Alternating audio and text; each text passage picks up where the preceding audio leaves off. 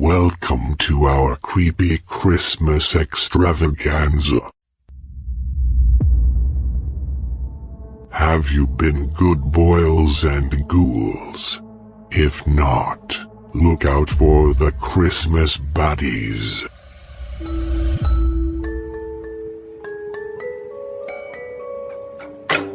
They're going to get you, for goodness sake.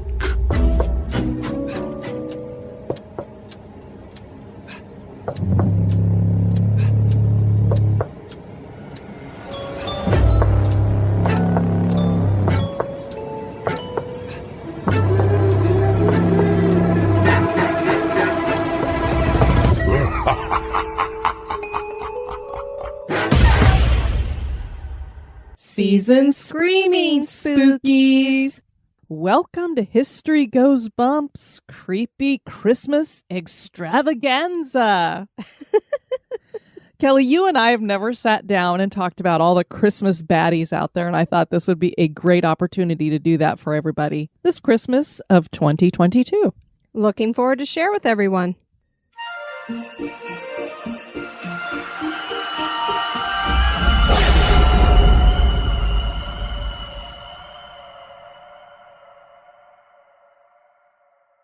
For many, Halloween is the creepiest holiday on the calendar. Some people might be surprised to hear us claim that the Christmas season gives Halloween a run for its money. When one looks at the various cultures around the world and their stories and customs around the Christmas holiday season, there can be no doubt that fear was a major component of the holiday season that coincides with winter solstice. After all, this time of the year is the darkest.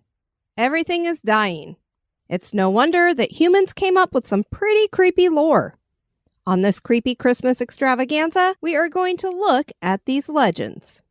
Much of the lore around Christmas, regardless of culture, was meant to keep children on the straight and narrow.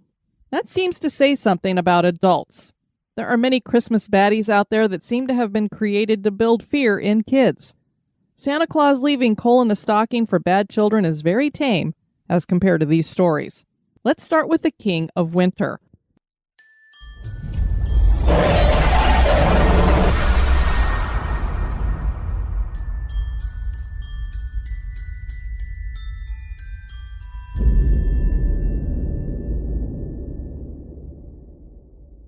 Jack Frost is not someone you'll find spelled out in ancient stories and mythology.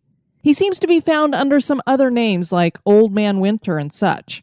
Basically, he is the personification of winter. The blog writing in the margins traced this figure to possibly some Norse mythology, surrounding a deity with the name Jökull Frosti, which translates to icicle frost. This looks like a real possibility, but further research reveals that Jökull and Frosti are two separate names used to refer to one person. This is the son of the Norse wind god Kari, so they couldn't be a name that morphed into Jack Frost eventually. It's kind of like having a name for your child that is their given name and then you have a nickname for them. But there are other countries that have a possible origin of this character too. We don't have to just look to the Norse to see where this might have come from. In Finnish folklore, the control of the winter weather is attributed to Frostman and Frostwoman, and they are the ones credited with keeping nice living conditions for the reindeer. Japanese folklore also has a story about a Frostman and his brother, Mistman, who are the keepers of frost and dew. Trying to describe what Jack Frost looks like runs the gamut as well. For people my age, I'm sure you all flashed to the 1979 stop-motion animated television special, Jack Frost. He looks just like a regular guy, except he is the color blue. In this story, he's not a bad guy at all. He saves a girl, they fall in love, he asks to be human, and eventually ends up back as Jack Frost after quite an adventure. But other descriptions of Jack Frost are quite different. Some images depict him as an old man with full beard and resembling a Father Christmas character, only dressed in all white. Other descriptions have Jack looking like a sprightly character. In some stories, he is a hero like in the Rankin Bass stop-motion special and the movie Jack Frost starring Michael Keaton. But in others, he's a villain like in the 1997 horror movie Jack Frost. In that movie, he's a serial killer. In the Santa Claus 3, he's a man who wants to overthrow Santa. I think we can all surmise where the name Jack Frost comes from by looking at our Halloween traditions. We all know that jack-o'-lanterns get their names from some folklore about a character named Jack. And we know from that the name Jack is basically just a generic name for a male, similar to John Doe or John Smith. And since the Jack we're looking at is the personification of winter, it makes sense that he would be given the last name Frost. The first time he is seen as an illustration is in a political cartoon that was published in Harper's Weekly in 1861.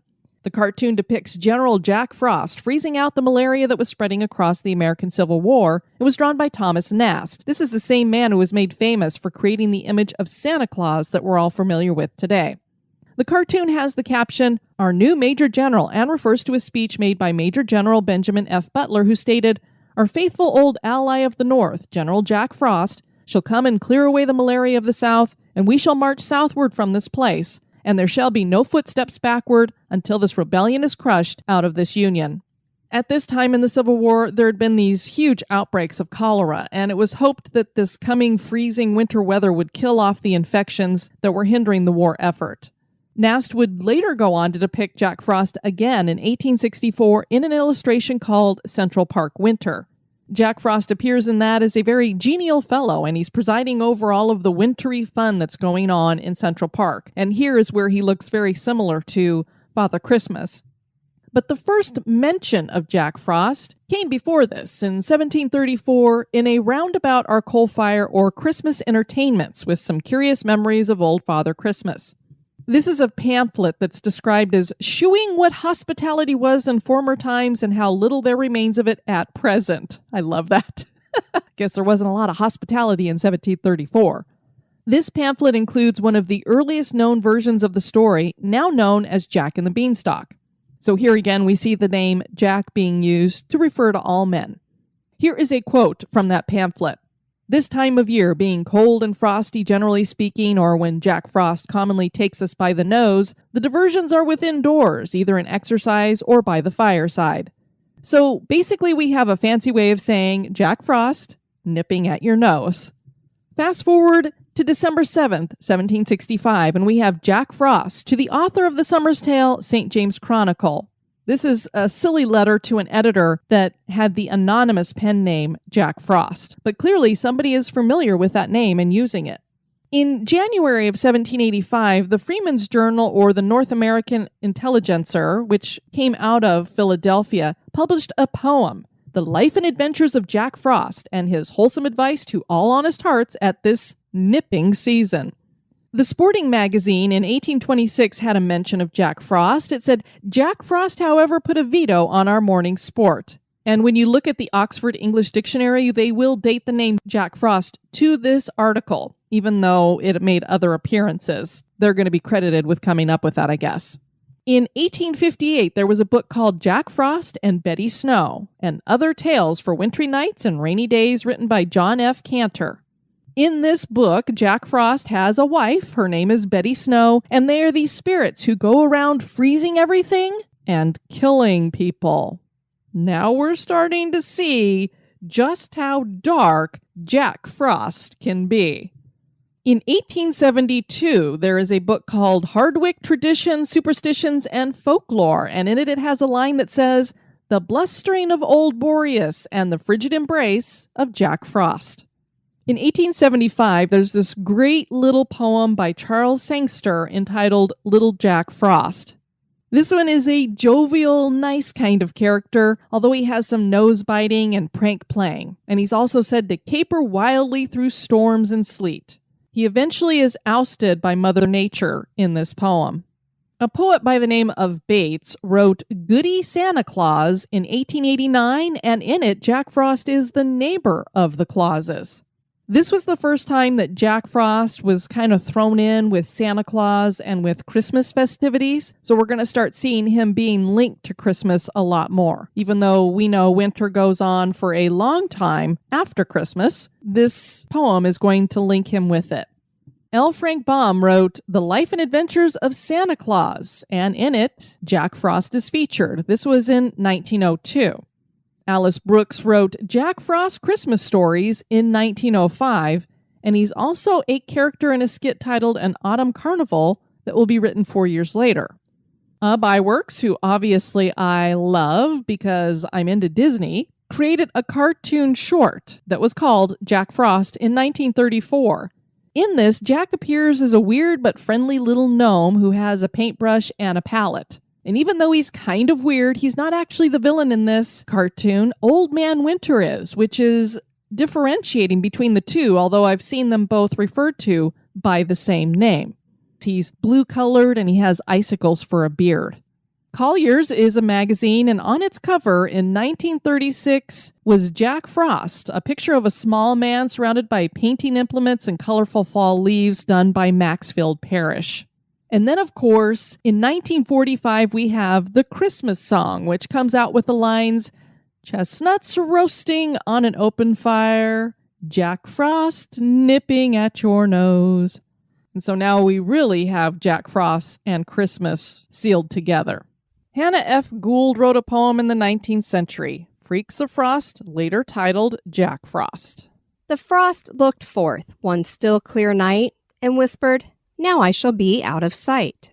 So through the valley and over the height, in silence I'll take my way.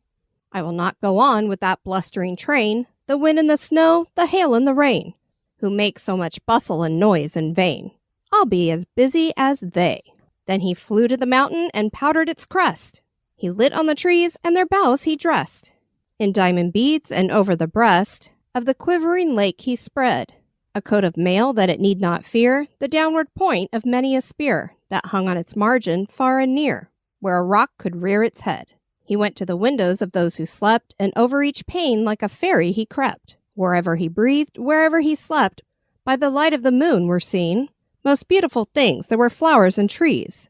There were bevies of birds and swarms of bees. There were cities with temples and towers, and these all pictured in silver sheen. But he did one thing that was hardly fair. He peeped in the cupboard, and finding it there, that all had forgotten for him to prepare, now just set them a-thinking. "I'll bite this basket of fruit," said he. "This costly pitcher I'll burst in thee. And the glass of water they've left for me shall pitch to them I'm drinking."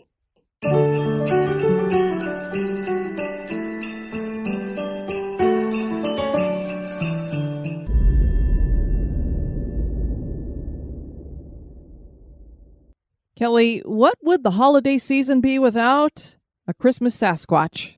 Oh, this I'm not familiar with. I'm looking forward to it. This is called Caraconchulus. I hope I said that right. He waits around until his victim arrives, and then he pounces with a riddle. Oh, my. I mean, when I said pounce, you thought, oh, he's going to start ripping somebody open, right? Pretty much. This thing has big gaping teeth, so that's exactly what you would think, that he's getting ready to eat some poor, naughty kid. When we use the term victim, we really do mean victim. If you screw up answering this riddle, you get the death blow from this fiend. How do you keep from screwing up the answer? Just make sure you incorporate the word black in your answer somehow.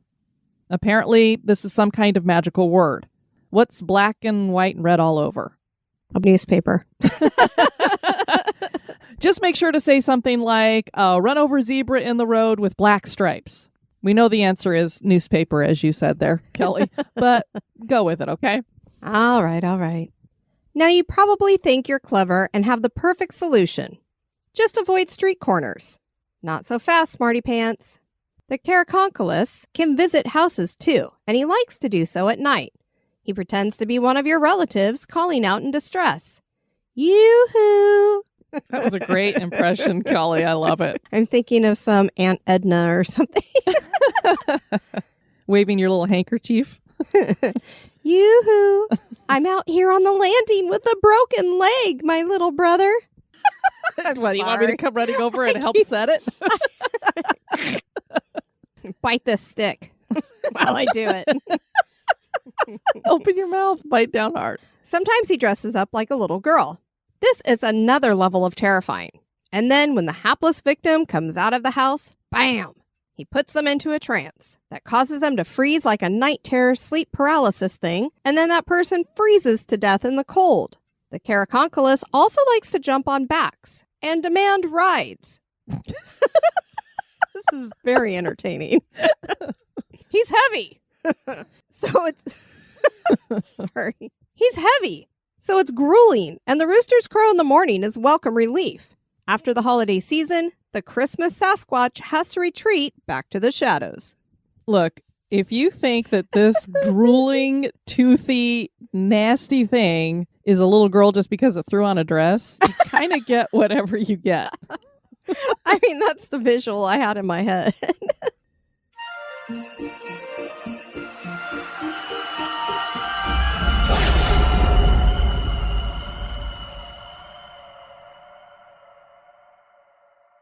Ancient Indo-Germanic beliefs held that the months of winter are dominated by demons and evil spirits, maybe because there was so much death, because food was scarce and hard to come by. And if you think about it, the noises of winter can be terrifying.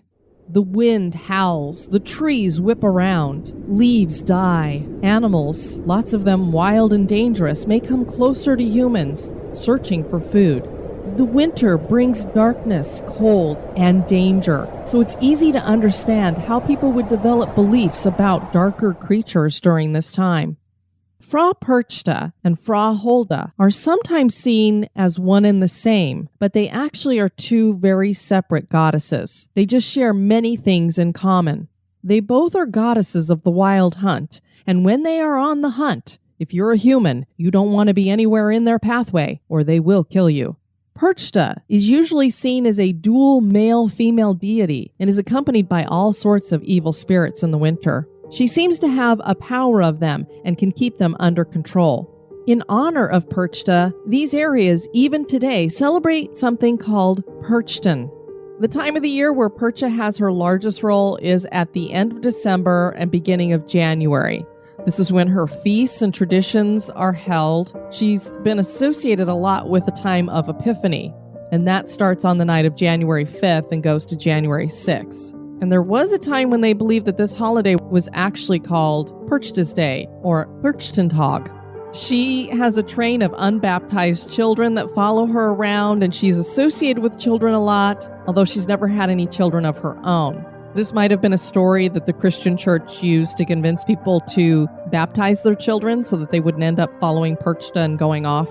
And traditionally what it is young men would dress up as these hideous monsters and parade through the village. Kind of sounds like the whole Krampus parade thing going. These young men who would dress up as these beasts would put on these wooden painted masks that would resemble devils. They would have horns and tusks and teeth, but they would be missing ears, so that they could not hear the screams of their victims. They would wear these big furs and have large bells around their hips. They'd carry around dried horse or cow tails that they could use as whips. Sounds very similar to the Krampus parades that we see around the world. And there is a description of this in a book written by a man named Hoffler. It says, the Perchenlauf was earlier usual on the last Frochen evening. It was a kind of masked procession. The masked ones were called Perchten. They were divided into beautiful and ugly. The beautiful Perchten often distributed gifts. So went it loudly and joyfully, if the wild Perchta herself did not come among them. If this spirit mixed among them, the game was dangerous.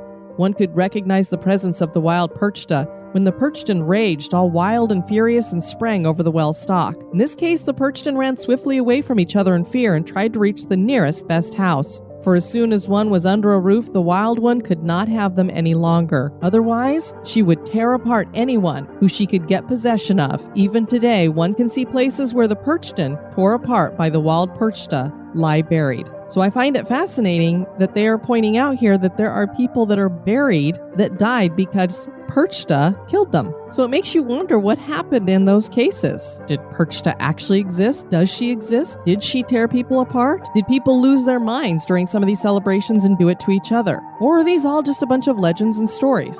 Other rituals would be a protective smoking of the house. What they would do is take some food stock, maybe some meat, and they would mix it with specific herbs and burn it around the winter solstice for protection. These were aimed to awaken the spirits of the new year, and it was believed that these spirits of the new year would start to melt away the snow, make the days longer, and bring more opportunities for food. One of the things that people would do also to honor Perchta would be to leave food out for her during the Christmas period, and this would guarantee that they would have prosperity in the new year.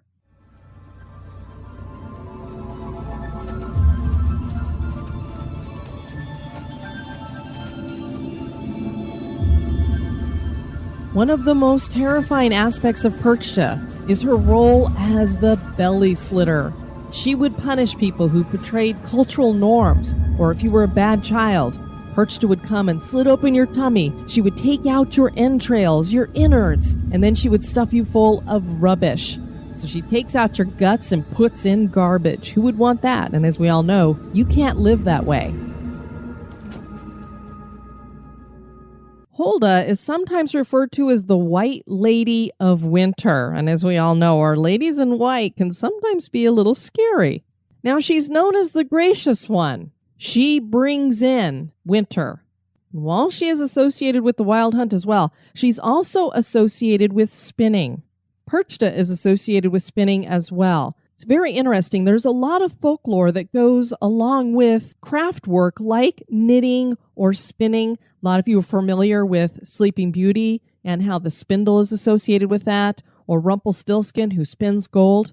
With both of these women being associated with the spindle and spinning, shepherds would bring flax to them, and in turn they would bless the flocks. And both of these goddesses would be seen carrying golden spindles in their hands around twilight. And one of the things that a spindle symbolizes is fate or fortune, the spinning of your future. So if they are holding that, it could be that they are holding your fate, making them very important. And it's important to get the spinning done on time. And if you don't, this is another thing that you would be punished. And we all know the punishment, at least with Perchta, is that you get slit open. Hulda, on the other hand, seems to mostly go after children. She's pretty ambivalent towards them. And she was used a lot as a boogie person to keep kids on the straight and narrow. She rewarded good kids at Christmas, but naughty kids were severely punished. And this usually entailed her carrying them off into the woods. Sometimes she would keep the children in wells and eventually turn them into fairy changelings, which brings into Christmas the lore about changelings. And Hulda came up in one of the Brothers Grimm stories. It's the fairy tale called Mother Hulda. It's a tale of a mother and her two daughters. The youngest one is unloved and overworked. She leaps into a well after a spinning spindle she had dropped into it. And there she finds herself in the other world of Hulda. And Hulda keeps her as a maidservant for several weeks. She was so impressed by the girl's meekness and how well she worked that she sent her back to her family with an apron full of gold. The greedy mother then sent the other lazy daughter down the well to get more gold, but Mother Hulda reproved her idle nature and sent her home covered with tar. So isn't it interesting that we have this story from the Brothers Grimm talking about how you go down the well to get to where Hulda is, and then we have stories that she would keep these children in the well and exchange them for changelings. Another term for Hulda is goddess of the witches, and she's sometimes depicted as an ugly hag riding on her broom through the night sky. This is more likely something that she's been morphed into. What she was morphed from is a more gracious goddess who would take the souls of infant children who had died to a better place. Now for me, I see her as an evil being because she brings snow with her, and I hate snow. But for you, if you love snow, it could be a good thing. Now, as we said, Hulda can tell the naughty children from the good, and she rides through the sky on Yule Eve, leaving rewards for the good kids, bad stuff for the bad kids. You can honor Hulda anytime by giving of yourself in your housework and your cooking, so anything around the home. Now, one of the reasons why she was associated with witches is because people thought that her connection to the spirit world through the magic of spinning and weaving was witchcraft. So Catholic German folklore would call her a witch. She's considered a leader of the female nocturnal spirits, and in common parlance, they're referred to as Holden, and this is taken from her name, Hulda. These women would leave their houses in spirit, going out through closed doors in the silence of the night, leaving their sleeping husbands behind, and they would travel great distances through the sky. And sometimes they would have battles in the clouds, or they would travel to a great feast together. And there are some who claim that these are not actually women. They're just the likenesses of women, but actually demons, and that they're riding upon beasts. Our third goddess is Skadi, and this comes from Norse mythology. She is a giantess, and she is associated with hunting. Sometimes she's called the goddess of snowshoes. She lives in the mountains, usually not coming away from them because she loves the snow. Her name means shadow or shade, so shadow people are very comfortable around her, and she is associated a lot with darkness. Now, one of the things that makes her a darker creature is because her father was murdered by the gods. She wanted revenge, and so to appease her, they told her that she could marry any god that she wanted, but that she was only allowed to see their feet. Now, I don't know about you, but I would not want to choose my future mate based on feet. But she went along and she observed all the feet, and she saw these glorious feet, and she thought that they belonged to Balder, and that's who she wanted to marry. Well, she came to find out that it was actually Njord, who was an older god. She was not happy. So the two get married, but they are polar opposites. She loves the mountains and the snow and the cold. He is from the seashore, and he cannot stand the cold or the snow. So eventually they part ways. She goes on later to marry the god Ol. She's also associated with Loki. We know him as the trickster god. He came along as part of the deal with her when it came to choosing a god to marry. They were also supposed to make her laugh. So they said, Loki, make her laugh. So he ties this rope around a goat and around his testicles. And then he shoos the goat along, which of course pulls on his nether parts. He screams out, and this caused Scotty to laugh at him. He comes over to her. He's bleeding from his endeavor. He collapses into her lap, and somehow he fertilizes her. Now, I don't know if they end up having a child from this fertilization, but it's a big deal that somehow he's fertilized her this way. So they have this connection. Well, later on, Balder, who is the god that she wanted to marry, Loki kills him. Thor ties him up to a rock, and he sends Scotty to go punish Loki. So she is a goddess of the Sith, wolves, and poisonous snakes. She takes poisonous snakes with her to use in the punishment of Loki. She puts the snakes over him, and all this venom comes down on him, and it burns him, and it just tortures him, and he screams out in pain, and that is his punishment. One of the more creepy aspects of the worship of Scotty is her priestesses, in order to prepare themselves for their rituals, they would bathe themselves in blood. And being that she is a giantess, in Old Norse mythology, they were considered devourers, which meant that they were predominantly forces of darkness, cold, and death. Many people in Norse beliefs would look at her as more of a benevolent goddess. For them, the winter was not necessarily as negative of a time. And so a lot of the activities that were associated with winter were associated with her, and so they saw her a patroness of winter. But if you were somebody who feared the death and the darkness that comes with winter, her coming would cause fear for you.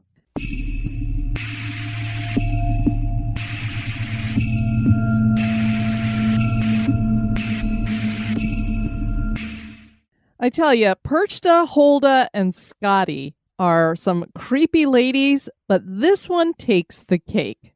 Tell us about Grilla. Grilla is sometimes referred to as a giantess, which may be an attempt to soften her image. Her description in most tellings of the legend is pretty scary. She's described as having hooves for feet and 13 tails. Yikes. What woman has 13 tails? I don't know. She has the face of a woman, but she is very ugly. Well, that's pretty judgmental. She lives in the mountains, and at Christmas, she comes to town to get all the bad children. She was not originally associated with Christmas. She first came onto the scene in ancient pagan times, but by the 17th century, she was part of the visiting tales told at Christmas. Her name is thought to mean threatening, and she certainly is that.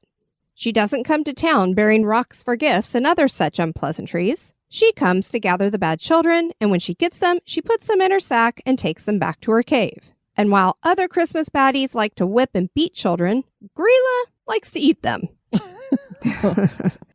After she drags them back to her cave, she boils them alive for her favorite stew. Adults aren't safe either, especially if you're a man and happen to marry this catch of the Icelandic mountains. She's already killed 3 husbands. Maybe you might like to be hubby number 4. Apparently, she made some babies with these men. The 13 Yule lads are said to be her sons. And these things are quite the characters too, Kelly. So the Yule lads are 13 men that take the place of Father Christmas or Santa Claus in Icelandic folklore. Children put their shoes on the windowsills on the 13 days leading up to Christmas, and based on their behavior, they either receive a gift or a punishment like rotten potatoes. Oh. You'd love to find that in your shoe, wouldn't you? Good grief. Might make them smell even worse than they already potentially did. At different times in history, these Yule lads have been anything from pranksters to full-on monsters that eat children. There's the sheep coat clod, Gully Gawk, who steals milk, Stubby, who steals pans to eat the crust from. I mean, at least he's cleaning up. Ew. Kelly, this could possibly be me. Spoon licker, who steals spoons, of course. Especially if they have chocolate, frosting, something like Cool that. Whip. On them. Yeah. Pot licker, who eats leftovers. Again, another part of the cleanup crew. Bowl licker, who eats from your bowl if you set it down. Door slammer, skyr gobbler, who eats skyr. And for people who don't know, this is an Icelandic kind of yogurt thing. Sausage swiper, that could be you. You love sausage. I sure do. Window peeper. Oh, what is that, a peeping Tom? Doorway sniffer. Ew.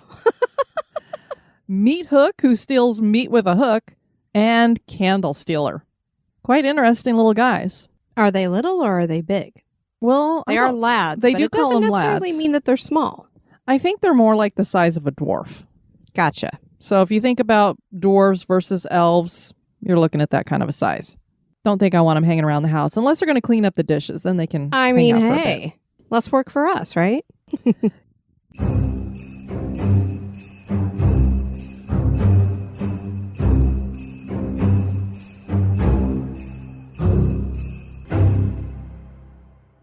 Kelly, you want to tell us about Belsnickel?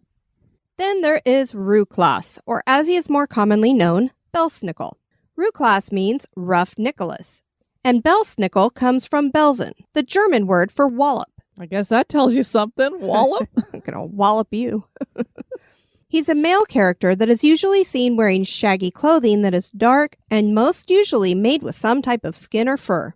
He is a dour character and carries a switch that he uses to beat the bad kids.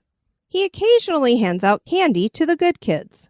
Some tellings of the legend claim that the switch is only used to make a scary noise to warn children that they better shape up before Christmas arrives. But we know better. Belsnickel crossed the pond with the Pennsylvania Dutch and still survives in their customs. This next one is Knecht Ruprecht. Knecht Ruprecht is the most widely known helper of Santa in Germany. He appears in clothing most suitable to be a farmhand. He carries a staff and a bag of ashes and walks with a limp. The bag of ashes is used to beat children who tell the monster that they cannot pray. If they can pray, they may receive a piece of fruit. Fairies accompany him at times as well as men with blackened faces, but even scarier is the knowledge that Ruprecht is a name for the devil in German. Oh my. Yeah.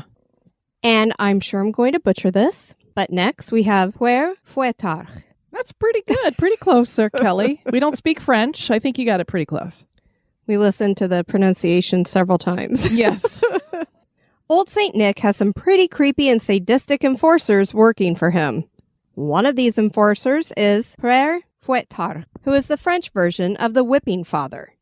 The original story of the Whipping Father is about a man named Hans Trapp. He was a creepy old butcher. The children in town steered clear of him, and they told each other tales of him torturing children.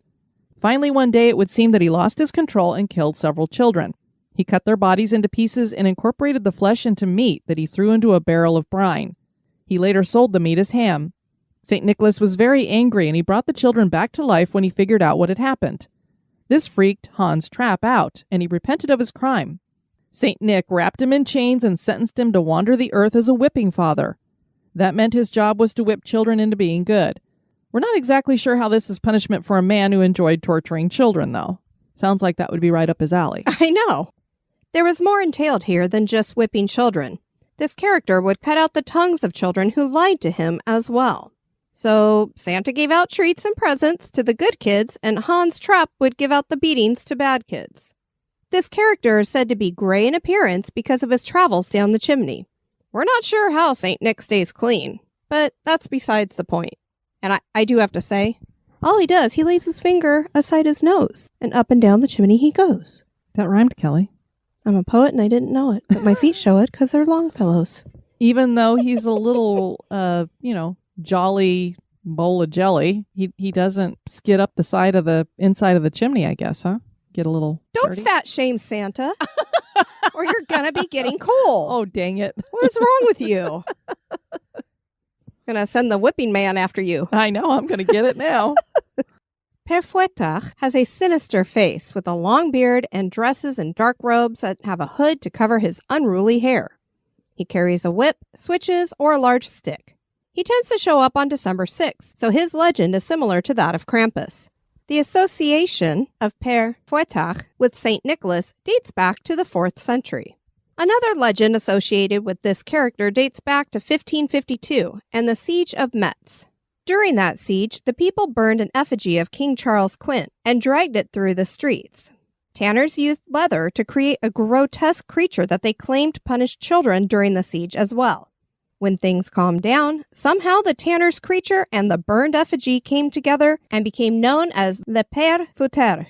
St. Nicholas is said to have passed away at this same time, and this monster became associated with him as a bad counterpart.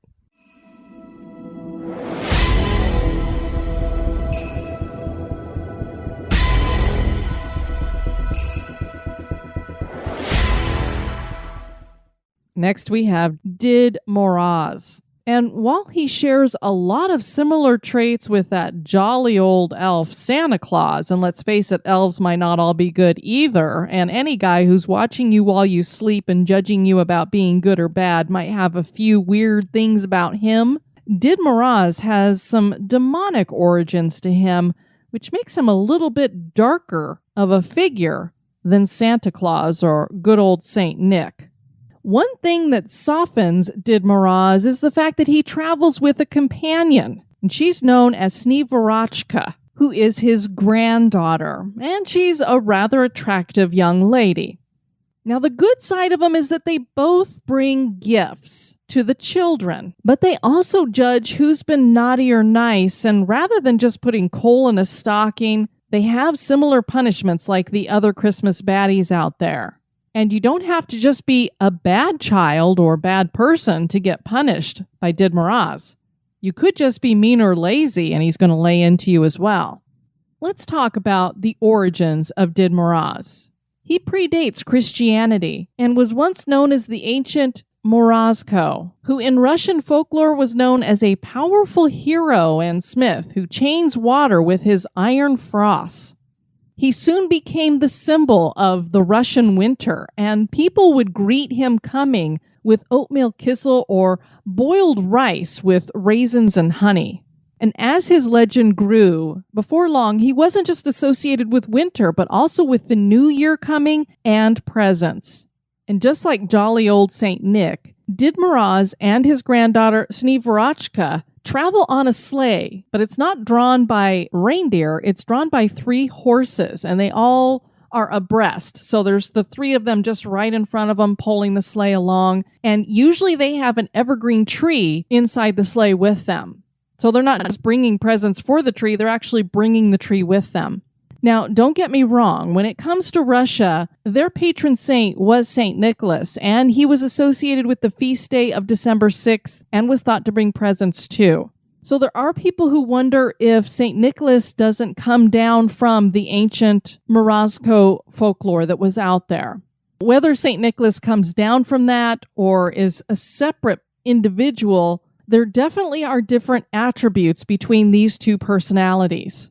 St. Nicholas, of course, does have a lot of magic about him. I mean, if he can put a finger to his nose and go right up the chimney, that's pretty magical. The fact that he can deliver gifts all across the world in one night is pretty magical. Flying reindeer, pretty magical. But Did Moraz is even more magical. And this sometimes isn't a good thing when it comes to the fact that he could be thought of as being both kind and evil.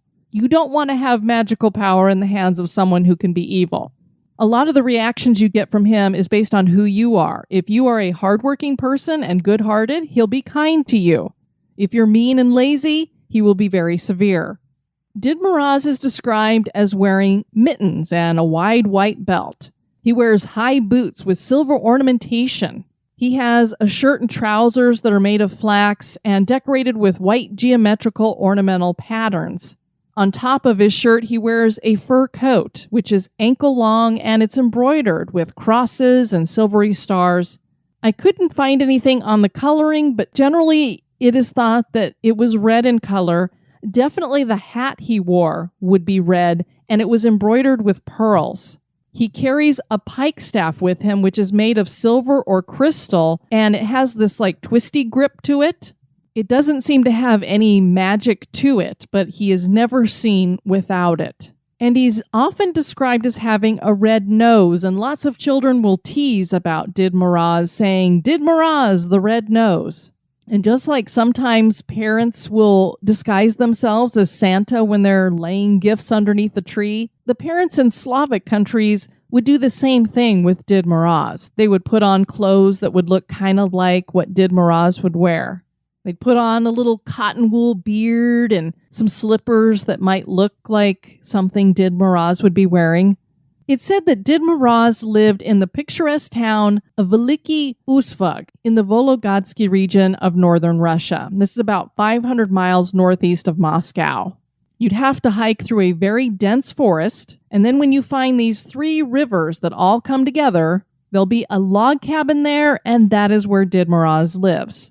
Children will send letters just like they do to Santa Claus at the North Pole, and Did Moroz will sit around during the summer reading those letters from children, telling him all about how good they've been and what kinds of presents they would like to find under the tree, which actually would be put up at New Year's on January 1st.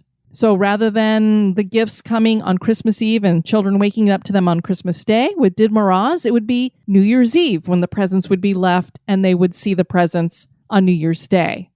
When the Bolshevik Revolution came through Russia, Did Moroz was out. He was banished into exile. This happened in 1917. The communists, weren't into religion, they weren't into spirituality, and this character was a spiritual being and some kind of a god to children. They didn't want them to look at anybody as being God rather than themselves. The Soviets, they were the leaders. They wanted the people to worship them. This only lasted for about 20 years, and Did Moroz returned to the country, and New Year's celebrations made him public once again. To this day now, Did Moroz and his granddaughter, Sniferachka, do appear on New Year's Eve, putting presents under the trees for the kids. And one of the things a lot of people like to do when they go to Russia is they sell them, the little statuettes of them, and they will bring those home as a remembrance of their trip. And even in Russia, they will put little statues of Did Moroz and his granddaughter underneath the tree, these little replicas. Did Moroz is believed to be about 2,000 years old, and his birthday is on November 8th. And while a lot of the things I've told you about him seem awfully positive, just bringing presents to the kids on New Year's Eve, as I said, there's a lot of darkness to his past. Some of it has been glossed over into our present time. They don't talk about it as much, but there were many stories told about him, calling him Father Frost and King Frost, and saying that he was a cruel wizard of winter who would come in and kidnap children and only return them to their parents, who would give him gifts. So basically kidnapping them for a bribe or money or something of that nature. Here is one of the stories that has passed down through the generations about King Frost.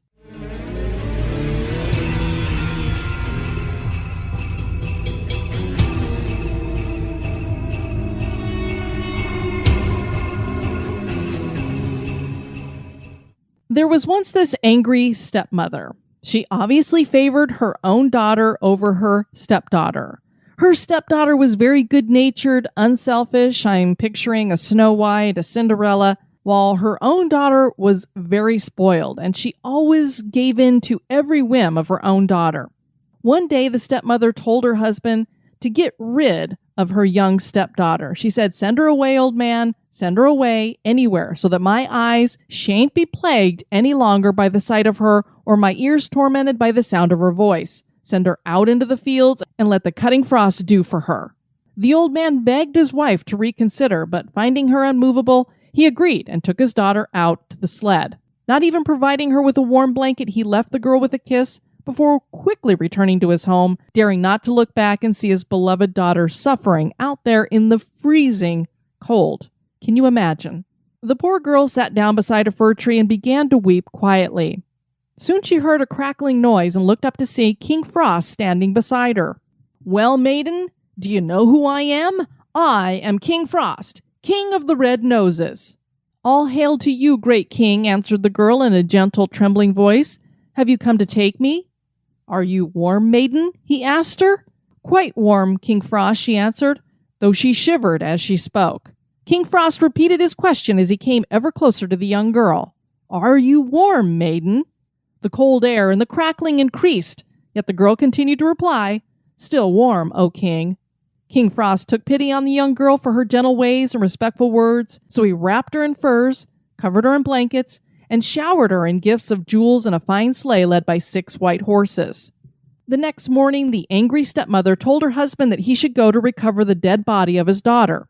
She was shocked when the old man returned with a large chest filled with riches and his daughter, who was more beautiful than before and dressed in fine furs and a radiant silver and gold dress. "Old man, yoke the horses at once into the sled and take my daughter to the same field and leave her on the same spot exactly," she ordered. Can you imagine this woman? She's like, "Well, she got all that good stuff. My daughter should have it too. Why don't you take her out to freeze?" The woman's daughter dropped herself by the fir tree and pouted. It was not long until the crackling sound began and King Frost appeared at the girl's side. "Are you warm, maiden?" he asked. "What a blind old fool you must be to ask such a question," she answered angrily. "Can't you see that my hands and feet are nearly frozen?" Repulsed by the young woman's words, King Frost got very angry and cracking his fingers, then gnashing his teeth, he froze her to death. The stepmother grew impatient to see her daughter with the same riches as her despised stepdaughter, so she sent her husband to fetch the girl. One could only imagine her surprise and despair when he returned to the house with the frozen body of her beloved daughter. Now, I don't know, is King Frost a bad guy because he did that? Perhaps. Or did the girl get what she deserved? Again, I say, perhaps. There are other descriptions of Did Moroz that are very, very different.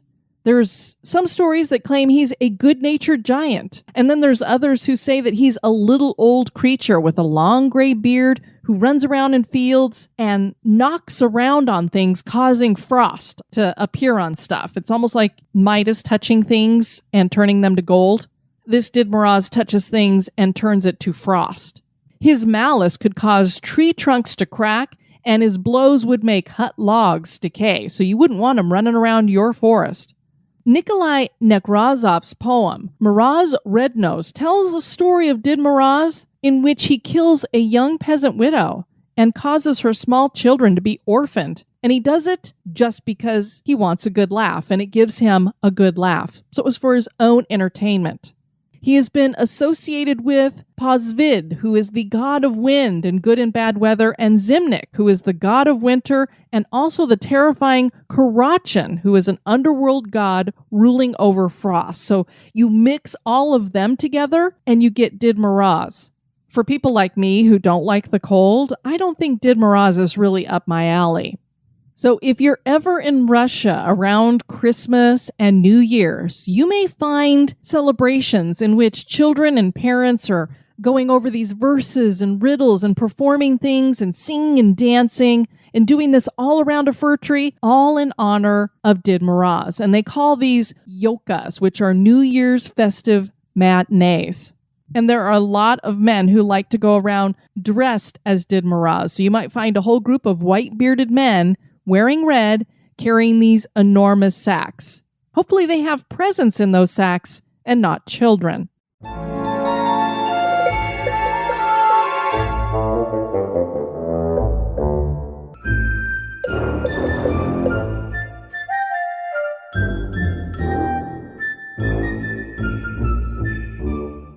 Next we have Jólakatturinn. The Icelandic Yule cat is named Jólakatturinn. This is not a cuddly cat. This isn't a cat who might reach out and give you a little scratch if you get too close. This cat might actually eat you. During the Christmas season, children who finish all their chores would receive new clothes for Christmas. If one is lazy, well, you could forget those new clothes because you were lazy. Sometimes the possibility of receiving new clothes is not enough, and the legend of Jólakatturinn was born. They would tell the children that the cat could tell who the lazy children were because they had not received clothes on Christmas. And so, the cat would eat the lazy children. Scared children do their chores and even do things for the needy. It's said that Icelanders work more overtime than most Europeans, and perhaps this is why. Because the cat doesn't just come for children, he comes for adults too. Here is the Christmas cat poem. You've heard of the Christmas cat.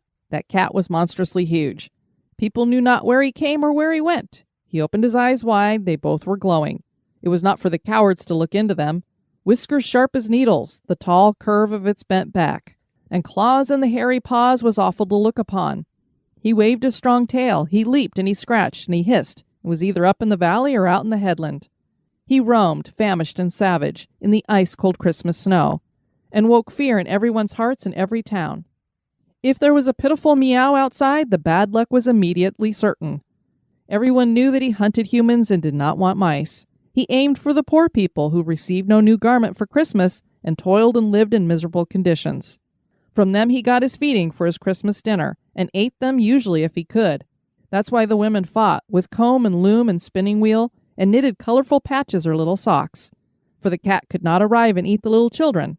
They would receive their items with the grown-ups, and when the candles were lit for Christmas Eve and the cat peeped in, the children stood proud and ready with their parcels.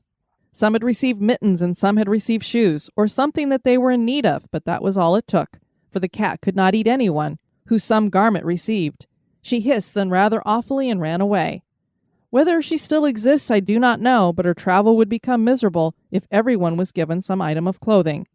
You may have it now in your mind to help when it's needed. Maybe there still are children that receive nothing at all. Maybe the search of those who live in dark homes gives you a good day and a Merry Christmas. So make sure you're giving new clothes to everybody. Next we have Mary Lloyd. On New Year's Eve, revelers celebrate the end of one year and the beginning of another. This evening is also the night of Mary Lloyd in Welsh tradition. The traditions that surround the celebration of Mary Lloyd are straight out of Halloween. There's going door to door for treats while wearing costumes, and there are skeletons. One skeleton in particular is that of Mary herself. But this is not a human skeleton. This is a skeleton of a mare. Imagine opening your door and finding a skeletal horse holding a bag and singing. Yes, singing. The song she sings is in Welsh, and she is usually surrounded by other revelers joining in her chorus. The song is basically asking the person who answers the door to let her inside. But we all know what that means when it comes to black-eyed kids. Could the same be true for Mary? We're not sure if in the end you die, but it sounds like fun getting to the place where Mary and her party are invited to enter. A battle of wits known as Pwyntco is entered into after Mary sings her song. This is a battle full of insults, riddles, and challenges. These are exchanged back and forth in rhyme. Never mind that Mary and her group are a bunch of fiends risen from the dead. If she wins, they get to come in. The ancient practice also incorporates the Festival of Lights representing rebirth and hope at the new year. So it's not all bad. In the areas that celebrate Mary Lloyd, they make a puppet from the skull of a horse, either the real thing or something fabricated, using a stick and a white cloth to conceal the puppeteer taking the figure around. She is usually decorated with colorful ribbons and winter vegetation like pine branches and holly. I guess if I answered my door and there was the skull of a horse right there, I might be a little bit taken aback too. And then if they all start singing, then I'm really going to be taken aback, unless they sing really good. Well, you never know. This is a twist on Christmas caroling that I really could get into. Sounds like a blast to me, honestly. I really can't carry a tune, so I'd carry Mary Lloyd. You can carry a tune just fine. We have come through the time of the year where there is a thinning of the veil. Even as we move further away from that, we come into a season of darkness. It's as if Halloween has opened the door to the coming darkness. We know this will end with light and life coming. But as we make our way through the holiday season, we implore you to be good for goodness sake. Kelly, we're wishing everybody season screamings, happy holidays, and all that good stuff. Yes, indeed. Thanks so much for joining us for this creepy Christmas extravaganza. I've been your host, Diane. And this has been Kelly. You take care now. Bye-bye. Season screamings to all of you spookies. Mort loves you. Now where did my buddy Krampus go?